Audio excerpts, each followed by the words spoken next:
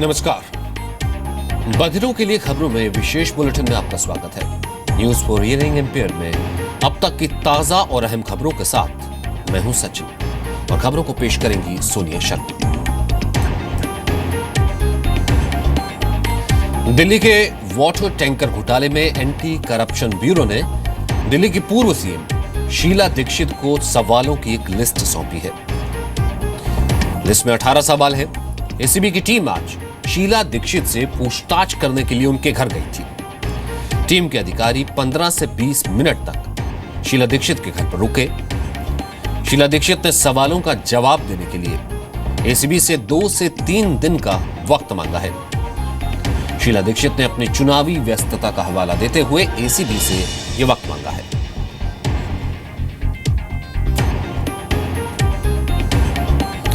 जैन मुनि तरुण सागर पर विवादित ट्वीट करने वाले आम आदमी पार्टी कार्यकर्ता विशाल डडलानी ने राजनीति से संन्यास का ऐलान किया है। विशाल डडलानी ने जैन मुनि तरुण सागर जी के लिए ट्वीट कर आपत्तिजनक शब्दों का इस्तेमाल किया था।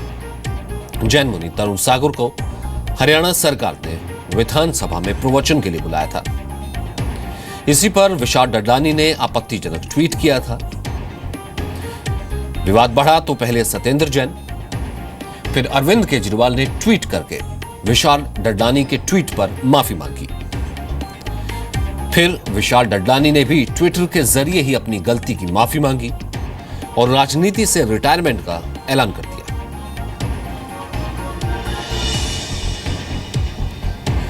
दिल्ली सरकार में जन संसाधन और पर्यटन मंत्री कपिल मिश्रा की पहली ही मोहल्ला सभा में हंगामा हो गया। कपिल मिश्रा ने खजूरी इलाके के एफ ब्लॉक में मोहल्ला सभा बुलाई थी। सभा में शराब के ठेकों को बंद करने पर बात होनी थी। इलाके के लोग पहुंच गए। एसडीएम और दूसरे अधिकारी भी मोहल्ला सभा में शामिल हो गए, लेकिन खुद कपिल मिश्रा गायब रहे। इसी बात से नाराज होकर लोगों ने सभा में हंगामा शुरू कर दिया। एक बार फिर पाकिस्तान का आज दोहरा चरित्र सामने आया है। पाकिस्तान ने एक तरफ तो पीएम मोदी को सार्क समिट के लिए औपचारिक इनविटेशन दिया, तो दूसरी तरफ पाकिस्तान के प्रधानमंत्री नवाज शरीफ ने 22 पाकिस्तानी सांसदों को दुनिया के अलग अलग देशों में भेजने की तैयारी कर ली है। इन सांसदों को कश्मीर के मुद्दे पर भारत के खिलाफ माहौल तैयार करने की जिम्मेदारी दी गई है। इसके अलावा पाकिस्तान यूएन महासभा में भी कश्मीर का मुद्दा जोर शोर से उठाने की तैयारी कर रहा है। पीएम मोदी इस बार संयुक्त राष्ट्र महासभा के तंत्र में शिरकत नहीं करेंगे। पीएम मोदी की बजाय विदेश मंत्री सुषमा स्वराज भारत का प्रतिनिधित्व करेंगी।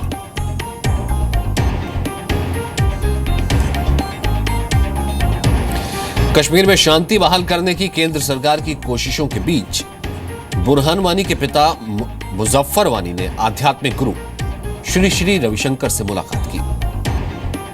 खुद श्री श्री रविशंकर ने ट्वीट कर इसकी जानकारी दी। मुजफ्फर वानी श्री श्री रविशंकर के बेंगलोर आश्रम में 2 दिन रुके। श्री श्री ने ट्वीट कर इसकी जानकारी दी।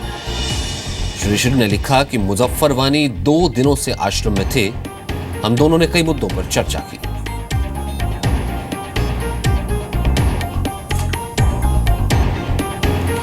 पीएम नरेंद्र मोदी ने आज 23वीं बार रेडियो पर मन की बात की।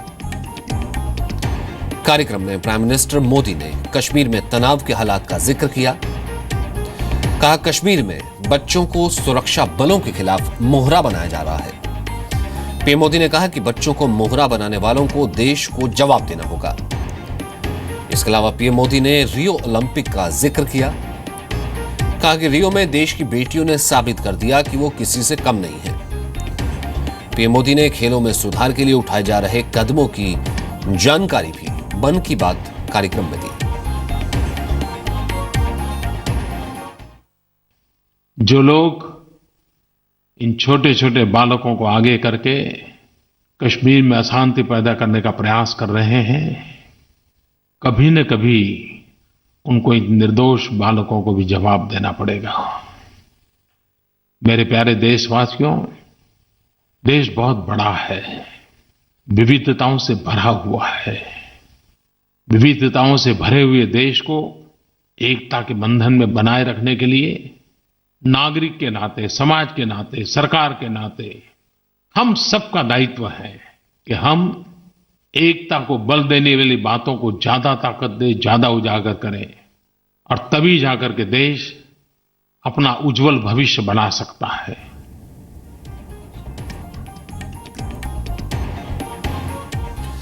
देश के ओलंपिक में पहली बार सिल्वर मेडल जीतने वाली बैडमिंटन खिलाड़ी पीवी सिंधु, रेसलर दीपा कर्माकर और ब्रॉन्ज मेडल से कुछ पॉइंट से चूकने वाली दीपा कर्माकर को आज हैदराबाद में डिस्ट्रिक्ट बैडमिंटन एसोसिएशन ने सम्मानित किया। रियो ओलंपिक के लिए गुडविल एम्बेसडर बनाए गए सचिन तेंदुलकर भी इस मौके पर मौजूद थे। तीनों खिलाड़ियों को BMW कार गिफ्ट की गई। तीनों खिलाड़ी आज शाम 5:30 बजे पीएम मोदी से भी मुलाकात करने वाले हैं।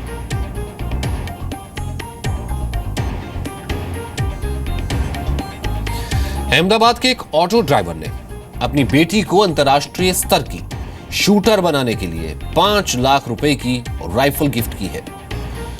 माणिकलाल गोहिल ने अपनी इकलौती बेटी मित्तल गोहिल के लिए जर्मन राइफल खरीदी। मित्तल राष्ट्रीय स्तर की खिलाड़ी है, कई राष्ट्रीय प्रतियोगिताओं में हिस्सा ले चुकी है। राइफल की कीमत 5 लाख रुपए है। इस राइफल के कारतूस के लिए उन्होंने 3 लाख रुपए का कर्ज भी लिया है। गोहिल ने अपनी बेटी की शादी के लिए पैसे जमा किए थे। मणिलाल गोहिल का कहना है कि उन्होंने बेटी का कन्यादान अभी से कर दिया है।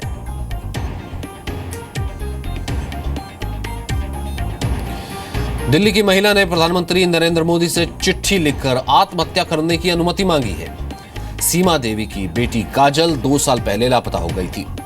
काजल के गायब होने के बाद उसके घर वालों ने पुलिस में FIR दर्ज करवाई, लेकिन अभी तक पुलिस को काजल का कोई सुराग नहीं मिला।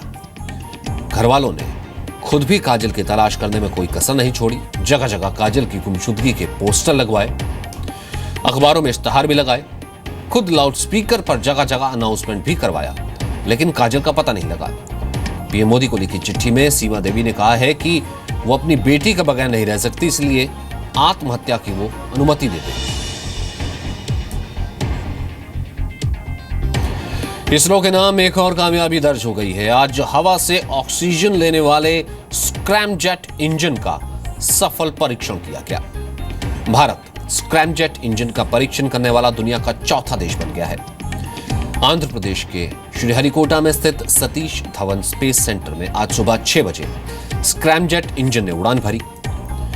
2 स्क्रैमजेट इंजन को जमीन से 20 किलोमीटर ऊपर भेजा गया। स्क्रैमजेट इंजन ने लिक्विड हाइड्रोजन फ्यूल को जलाने के लिए 5 सेकंड तक वायुमंडल में मौजूद ऑक्सीजन ली। इसके बाद बंगाल की खाड़ी में वो गिर गया। सामान्य इंजन में ईंधन और ऑक्सीजन को ईंधन में बदलने वाले 2 चैम्बर होते हैं, लेकिन स्क्रैमजेट में दूसरा कोई चैम्बर नहीं होगा। स्क्रैमजेट इंजन वायुमंडल की ऑक्सीजन का इस्तेमाल करेगा, जिससे लागत में काफी कमी आएगी। दूसरा चैम्बर नहीं होने से रॉकेट का वजन लगभग आधा हो जाएगा। हरियाणा से राज्यसभा सांसद और एसएल ग्रुप के चेयरमैन डॉक्टर सुभाष चंद्रा को आज उनके होम टाउन हिसार में 36 समुदायों और 125 संस्थाओं ने डॉक्टर चंद्रा को सम्मानित किया। डॉक्टर चंद्रा ने कहा कि वो अकेले हिसार का चेहरा नहीं बदल सकते, लोगों को भी इस काम में मदद करनी होगी। डॉक्टर चंद्रा ने कहा कि वो हिसार के 5 गांवों को स्मार्ट गांव बनाकर दिखाएंगे। डॉक्टर सुभाष चंद्रा ने उन अधिकारियों को भी अल्टीमेटम दे दिया जो जनता की बात नहीं सुनते। 2 साल के अंदर हिसार जिले के 5 गांव का एक समूह एक साथ जो आसपास के होंगे, उन 5 गांवों को मैं लूंगा और उन 5 गांवों को एक स्मार्ट गांव का क्लस्टर बना के दिखाऊंगा।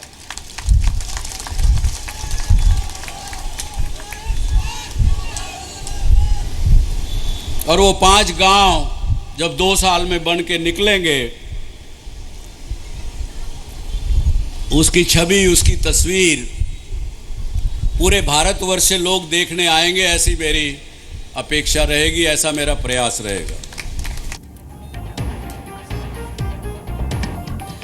डीएनडी टोल को फ्री कराने के लिए आज से नोएडा डीएनडी टोल पर अनिश्चितकालीन धरना शुरू हो गया है।